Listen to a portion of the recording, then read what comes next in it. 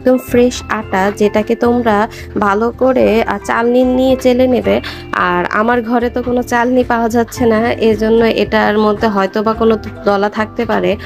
এখন আমি এর মধ্যে লবণ অ্যাড করব, কারণ লবণটা যখন এই আটার ক্লেটা শুকিয়ে যাবে তখন এটা ভেঙে ভেঙে যাবে না।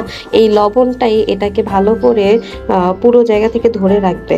এখানে আমি এই এতটুক 1 চামচের মতো লবণ ইউজ করছি, আর এখানে আটা প্রায় 1 কাপ হবে, 1 কাপ বা 1.5 কাপ হবে। তো এখানে আমি 1 চামচ লবণ অ্যাড করে নিচ্ছি। সবচেয়ে ভালো হয় তোমরা হাত দিয়ে এটাকে ভালো করে মিশিয়ে নিলে। এখন আমি এটাতে অলিভ অয়েল ইউজ করব। সামান্য একটু অলিভ অয়েল দিলে কি হয়, এটা চিপচিপ থাকবে না, হাতের সাথে লেগে যাবে না।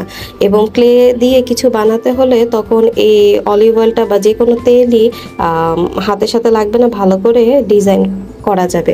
তোমরা যে কোনো তেল ইউজ করতে পারো, কিন্তু হ্যাঁ, সরিষার তেলটা দিলে কি হবে, বেশি ঝাঁজ আর এটার স্মেলটাও ভালো আসবে না।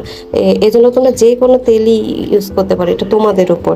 তো আমি সবচেয়ে বেস্ট মনে করি অলিভ অয়েল। এখন আমি এটাকে হাতের সাহায্যে খুব ভালো করে ঝরঝরা করে নেব। আর হাতে বা আঙ্গুল দিয়ে তোমরা এটাকে ভালো করে মিশালে যে কোনো দলা টলা থাকলে এটাও ছেড়ে যাবে। আর ক্লেটা বানাতে খুব সুবিধে হবে। এই তোমরাই দেখো প্রমাণ, হাত দিয়ে মাখানোর কারণে এখানে একটু দলাও পাওয়া গেছে। আমি ট্রাই করবো এগুলোকে আস্তে আস্তে বের করে ফেলে দেওয়ার জন্য। তারপর আমি এখানে আস্তে আস্তে পানি অ্যাড করব। আর তোমরা একবারে দিবে না, যে কোনো জিনিসই তোমরা ধৈর্য সহকারে বা আস্তে আস্তে তৈরি করলে সেটা অবশ্যই ফলটা ভালো আসবে। আর এই স্প্রে বোতলটাকে তোমরা অন্য কিছু মনে করো না, এটার মধ্যে আমি পানি ব্যবহার করছি। এটা আসলে আমাদের ফোনের যে ডিসপ্লেটা আছে সেটা ক্লিনার। আর এটা শেষ হয়ে যাওয়াতে আমি এটাকে ভালো করে ধুয়ে এখন এটা দিয়ে আমি পানি টানি ইউজ করি। তো আমি এখানে এভাবেই একটু একটু করে পানি দিয়ে দিয়ে এটাকে ভালো করে মুছে নিচ্ছি। এখন আমি এর মধ্যে সামান্য একটু গ্লু দিয়ে দিব, যাতে এটা যখন শুকাবে ভালোভাবে ভেতর থেকে এটা শুকিয়ে শক্ত হয়ে যাবে, কোনো জায়গা ভেঙে না যায়। তারপর আমি 20 মিনিট বা 15 মিনিটের জন্য এটাকে একটি পলিথিন দিয়ে ভালোভাবে ঢেকে রেখে দেব। ভিতরে কোনোভাবে যাতে বাতাস না ঢুকে, বাতাস ঢুকলে সেটা শক্ত হয়ে যাবে। আর এটা এভাবে রাখার কারণে একদম ভেতর থেকে সফট হয়ে যাবে। আপনারা দেখতেই পাচ্ছেন এটা মেল্ট হয়ে গেছে, একটু সফট হয়ে গেছে। আর এটা এখন যদি আমি ভাঙি তাহলে তেমন একটা ফাঁকা ফাঁকা থাকবে না।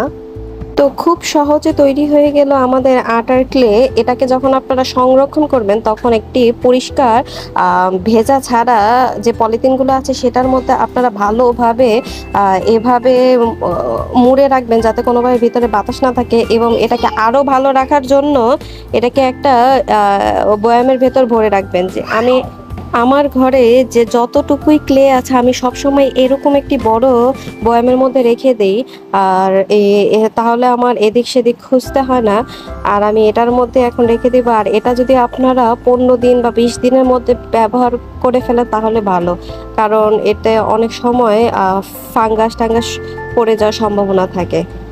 এখন আমি আপনাদের একটি ডেমো দেখানোর জন্য ক্লে দিয়ে 2-3টি জিনিস তৈরি করব।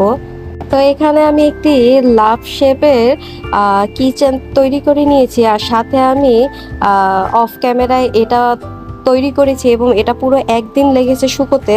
এখন আমি এটার উপর পেন্ট করে নেব। তো খুব সহজে তৈরি হয়ে গেল আমাদের আটার ক্লে। আর এটাকে যদি আমরা আশা করি যে একদম অরিজিনাল ক্লের মতো হবে তাহলে ভুল, কারণ আটার ক্লে যেহেতু আমরা ঘরে খুব সহজেই বাচ্চাদেরকে খেলনা বানিয়ে দিতে পারি। আর এই যে এই ক্যাকটাসের ক্লে দিয়ে যে বানানো, এটাও আমার আটার দিয়েই বানানো হয়েছিল। এটা প্রায় 6-7 মাস হবে। আর এটা এখন ভালো শক্ত হয়ে গিয়েছে। আর এই আপনাদেরকে আমি আওয়াজ দিয়ে এটা প্রমাণ করছি এটা কতটা শক্ত হয়েছে, মজবুত হয়েছে। আর এটা যতদিন আপনারা রেখে দিবেন ততদিন এটা শক্ত হতে থাকবে। এই যত সময় নিবে তত এটা শক্ত হয়ে যাবে, ভেতর থেকে শুকিয়ে যাবে। আর যদি আপনারা এটাকে 1-2 দিন খেলনা হিসেবে ব্যবহার করেন তাহলে এটা ভিতরে নরম থেকে যাবে, যার কারণে ভেঙে যেতে পারে। এটাকে অনেক দিন আপনাদের রেখে দিতে হবে যাতে এটা ভালো করে শক্ত হয়ে যায়। তো আপনাদের আশা এবং রিকোয়েস্ট পূরণ করা হলো। আটা দিয়ে কিভাবে ক্লে তৈরি করতে হয় সেটাই আমি প্রমাণ সহকারে দেখিয়েছি। এবং এখন আপনাদের কাছে ছোট্ট একটি রিকোয়েস্ট হলো, আপনারা অবশ্যই চ্যানেলটাকে সাবস্ক্রাইব করবেন এবং কমেন্টে আপনার মতামত অবশ্যই জানাবেন।